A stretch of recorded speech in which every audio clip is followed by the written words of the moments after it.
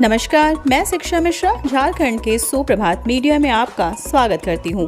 दोस्तों, झारखंड के तमाम छोटी बड़ी खबरों को जानने के लिए हमारे चैनल को सब्सक्राइब करें और साथ ही कमेंट सेक्शन में ज़रूर बताएं कि आप झारखंड के किस जिले से हमारे न्यूज़ को देख रहे हैं। तो चलिए शुरू करते हैं खबर को, जानते हैं आज के मुख्य समाचार। झारखंड के लोगों के लिए खुशखबरी, 12 अक्टूबर से हेमंत सरकार देगी यह सुविधा। झारखंड में हेमंत सोरेन की सरकार इस वर्ष दिसंबर में 3 साल का कार्यकाल पूरा कर लेगी। इस अवसर को शानदार और यादगार बनाने के लिए सरकार ने कई स्तर पर तैयारियां कर रखी हैं। इस मौके पर हेमंत सोरेन सरकार की ओर से लोगों के लिए आउटरीच कार्यक्रम शुरू करने की तैयारी है। अगले सप्ताह यानी 12 अक्टूबर से सरकार का यह कार्यक्रम शुरू करने जा रही है। इसके तहत ज़रूरतमंद लोगों को झारखंड सरकार की कल्याणकारी योजनाओं का लाभ लोगों तक पहुंचाना है। इस कार्यक्रम का नाम दिया गया है आपके अधिकार आपकी सरकार आपके द्वार। इस कार्यक्रम को सरकार 2 चरणों में शुरू करने जा रही है। प्रथम चरण 12 अक्टूबर से 22 अक्टूबर तक होगा।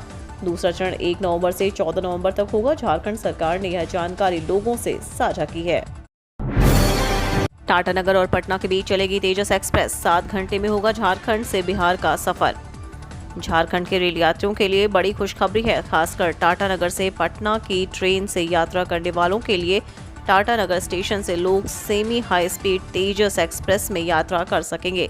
इस ट्रेन से यात्री पटना का सफर सिर्फ 7 घंटे में पूरा कर लेंगे। दक्षिण पूर्व रेलवे जोन तेजस ट्रेन के लिए भीड़ वाला मार्ग खोजने में जुटा है ताकि 750 से ज्यादा क्षमता वाली ट्रेन खाली न जाए। जानकार बताते हैं कि टाटानगर से पटना समेत अन्य किसी एक मार्ग पर जल्द ही तेजस दौड़ने लगेगी। 160 से 180 किलोमीटर प्रति घंटे की स्पीड से चलने वाली तेजस एक्सप्रेस से लोग 7 से 8 घंटे में पटना पहुंच सकेंगे।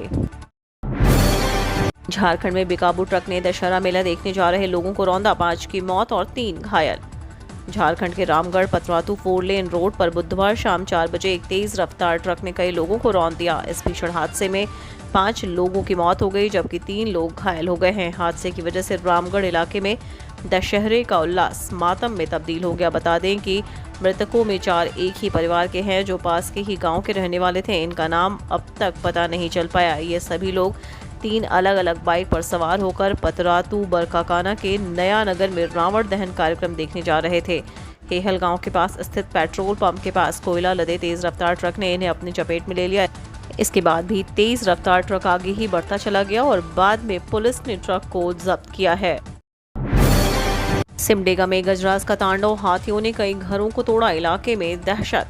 झारखंड के सिमडेगा जिले में हाथियों का उत्पात रुकने का नाम नहीं ले रहा है। हाथियों का झुंड लगातार उत्पात मचाते हुए बरसात में गरीबों के आशियाने को उजाड़ रहा है। हाथियों के उत्पात से ग्रामीण दहशत में है। बीती रात सदर प्रखंड के रथू टोली में जंगली हाथियों के एक झुंड ने धावा बोलकर आज सुबह 5 बजे तक खूब उत्पात मचाया है। प्राप्त जानकारी के अनुसार हाथी यहां रात के 1 बजे के करीब पहुंचे थे। हाथियों की चिंगार सुनकर ग्रामीण जागे और डर कर गांव के पास पहाड़ी की तरफ भाग खड़े हुए। इधर हाथियों ने रात भर गांव में घूम घूम कर उत्पात मचाते हुए गांव के तौफिल, पुष्पा, दिलीप और जेवियर के घरों को तोड़कर तहस नहस कर दिया। मुख्यमंत्री हेमंत सोरेन का प्रयास लाया रंग, ह्यूमन ट्रैफिकिंग के शिकार हुए 13 नाबालिगों को कराया गया मुक्त। ह्यूमन ट्रैफिकिंग का शिकार हुए 13 नाबालिगों को दिल्ली से झारखंड लाया गया है। झारखंड के मुख्यमंत्री के निर्देश के बाद नाबालिगों का रेस्क्यू किया गया, जिसमें 12 बच्चियां हैं तो वहीं एक बच्चा भी शामिल है। इन बच्चों को ह्यूमन ट्रैफिकिंग कर बेच दिया गया था। सभी 13 नाबालिग को ह्यूमन ट्रैफिकिंग से बचाकर गरीब रथ से लाया गया है। उसके बाद सभी को खूंटी भेजा जाएगा। रांची में 70 फीट का रावण दहन, मुख्यमंत्री ने उतारी श्री राम की आरती, कहा 2 साल बाद बृहद आयोजन। रांची के मोरहाबादी मैदान में मुख्यमंत्री हेमंत सोरेन ने रावण दहन कार्यक्रम में हिस्सा लिया। हेमंत सोरेन ने भगवान श्री राम और उनके छोटे भाई लक्ष्मण की आरती उतारी। इस कार्यक्रम में मुख्यमंत्री के साथ सरकार के कई मंत्री, विधायक और अधिकारी शामिल रहे। रांची में 5 जगहों पर रावण का दहन किया गया है। रांची के मोरहाबादी मैदान में श्रद्धालुओं को सीएम हेमंत सोरेन ने संबोधित किया और कहा कोरोना के 2 साल के बाद यह कार्यक्रम आयोजन किया गया। यह अधर्म पर जीत का प्रतीक है। छत्तीसगढ़ झारखंड बॉर्डर पर बढ़ेगा पुलिस का पहरा, सीमा पार से आ रहे अपराधियों को रोकने एसपी ने दिए सख्त निर्देश। जशपुर जिले में छत्तीसगढ़ और झारखंड की अंतर्राज्यीय सीमा पर स्थित नीम गांव और इसके आसपास के क्षेत्र में पुलिस प्रशासन पेट्रोलिंग व्यवस्था को और अधिक चुस्त दुरुस्त करेगी। छत्तीसगढ़ का जशपुर जिला छग झारखंड के बॉर्डर पर स्थित है। इसकी वजह से यहाँ के गांव में झारखंड से आने वाले मवेशी तस्कर और अपराधी वारदातों को अंजाम देकर बहुत आसानी से सीमा पार कर अपने राज्य चले जाते हैं और उन्हें पकड़ना मुश्किल हो जाता है। पोप फ्रांसिस के भारतीय राजदूत आर्क बिशप लियोपोल्डो गिरेली का झारखंड में जोरदार स्वागत। झारखंड में पहली बार अपनी धार्मिक यात्रा पर पहुंचे पोप फ्रांसिस के भारतीय राजदूत आर्क बिशप लियोपोल्डो गिरेली का बुधवार को झारखंड के लातेहार जिले में जोरदार स्वागत किया गया। इस मौके पर उन्होंने ईसाई धर्म के युवाओं और अन्य लोगों को संबोधित किया। इस मौके पर करीब 5000 से अधिक ईसाई युवा मौजूद थे। आर्क बिशप लियोपोल्डो गिरेली ने ईसाई युवाओं से कहा कि अपने भीतर प्रेम की ज्योति जलाए रखें ताकि लोग आपके प्रति आकर्षित हो। उन्होंने युवाओं से नेक राह पर चलने और बिना किसी भेदभाव के हर इंसान की सेवा करने का संदेश दिया। क्या जिनके पास पैसे नहीं उन्हें नहीं मिलेगी जमानत? सुप्रीम कोर्ट ने झारखंड हाई कोर्ट को लगाई फटकार।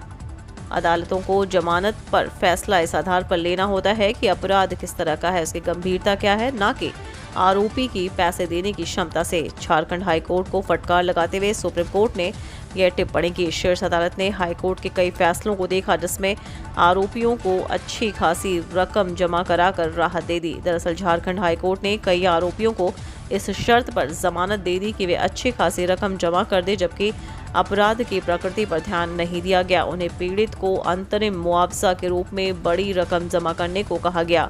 बेंच ने कहा कि गिरफ्तारी से बचने के लिए अग्रिम जमानत की याचिका पैसों की रिकवरी वाली प्रक्रिया नहीं है। अगर किसी शख्स को अपनी गिरफ्तारी की आशंका है तो उसे प्री अरेस्ट बेल के लिए पैसे जमा करना हो, इसका कोई औचित्य नहीं है। जंग खत्म करवाने के लिए पीएम मोदी का शांति दूत अवतार, जेलेंस्की को दिया मंत्र। रूस और यूक्रेन के बीच पिछले 7 महीनों से भी ज्यादा समय से युद्ध जारी है। इस युद्ध पर विराम लगाने के लिए पीएम नरेंद्र मोदी ने कवायद तेज कर दी है। अभी पिछले महीने ही पीएम मोदी ने एससीओ समिट रूस के राष्ट्रपति व्लादिमीर पुतिन से अलग से मुलाकात कर शांति की अपील की थी। उन्होंने पुतिन से कहा था कि ये युद्ध का युग नहीं है, दोनों देशों को जल्द से जल्द बातचीत के जरिए मसलों को हल करना चाहिए। अब पीएम मोदी ने यूक्रेन के राष्ट्रपति जेलेंस्की से फोन पर बातचीत की। उन्होंने इस जंग को खत्म करने के लिए यूक्रेन के राष्ट्रपति को शांति मंत्र दिया। जेलेंस्की ने रूस से चल रही जंग के बीच भारत से मिले समर्थन के लिए पीएम मोदी का शुक्रिया अदा किया। पीएम मोदी के शांति स्थापित करवाने के इस प्रयास के लिए विश्व पटल पर जमकर तारीफ हो रही है।